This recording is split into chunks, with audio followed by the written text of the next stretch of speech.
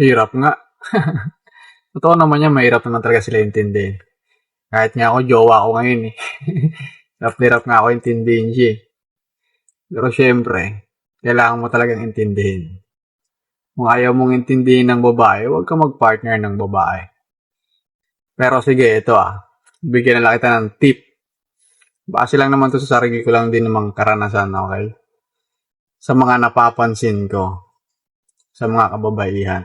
Okay, yung mga babae kasi, iba-iba talaga yan sila. Hindi yan sila magkakapareha. Meron sila kanya-kanyang toyo. Okay, kaibigan? Meron yan sila kanya-kanyang love language na ipinapakita. Kumbaga, bawat babae, may mga kanya-kanya silang unique. Okay, hindi sila pare-parehas. Pero ito, sige, bibigyan kita ng mga ilang tip.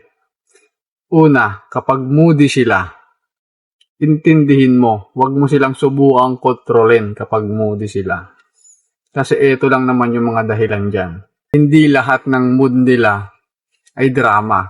Huwag mo sasabihin drama.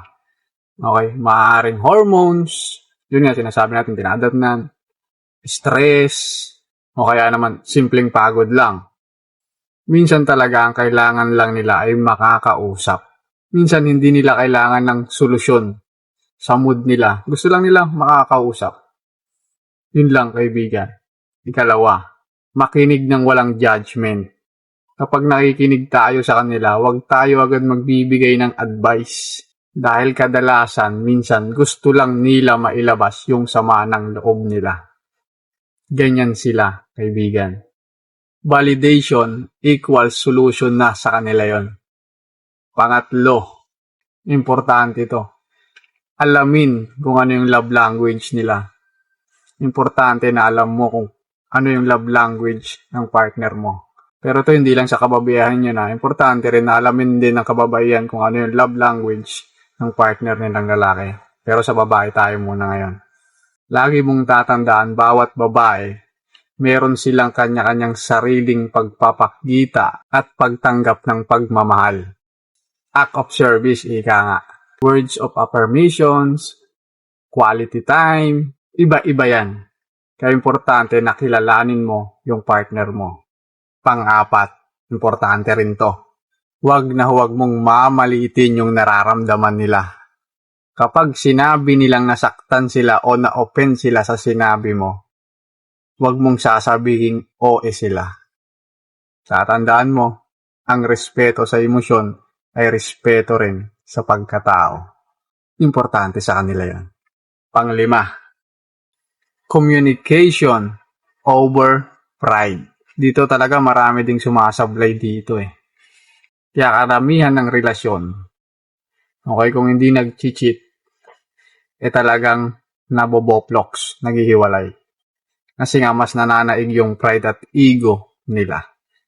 Communication over pride. Kung may tampuhan, may toyoan, merong hindi pagkakaunawaan at pagkakaintindihan, ayusin ka agad. Huwag nyo nang patagalin.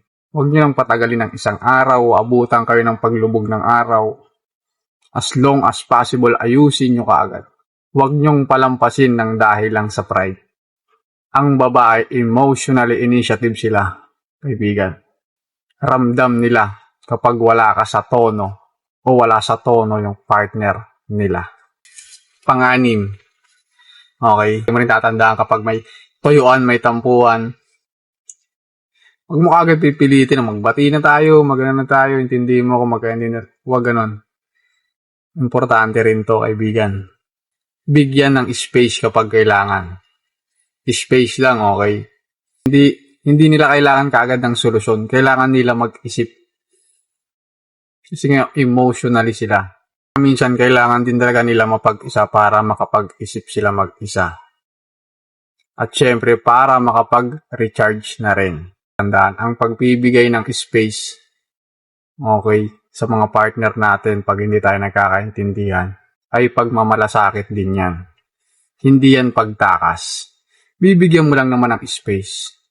Okay, hindi mo tatakasan, hindi mo tatalikuran, hindi mo lolokohin. Space lang para makapag-isip ka, makipag-isip siya, at nang sa ganon, kumalma kayo parehas at makapag-usap kayo ng maayos. Yun lang. Pinakauli, pambito. Consistency equal security sa kanila yan, kaibigan. At tandaan mo ang mga babae, security seekers sila. Hindi sa material na bagay, okay?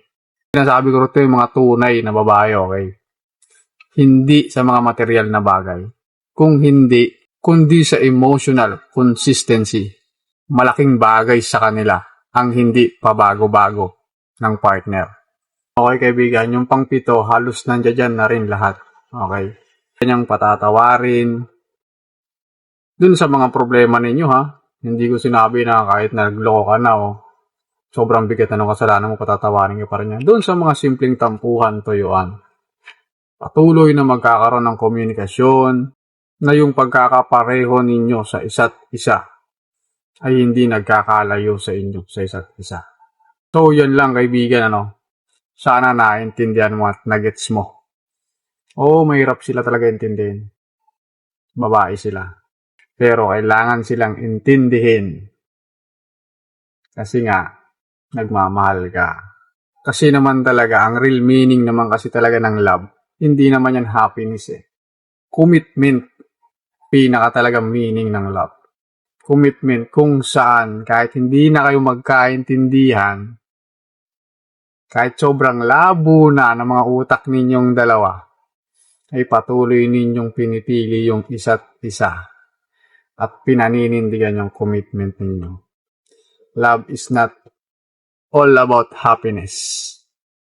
Okay? It's about piliin pa rin yung isa't isa.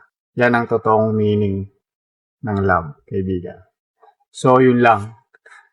Sana nagets mo.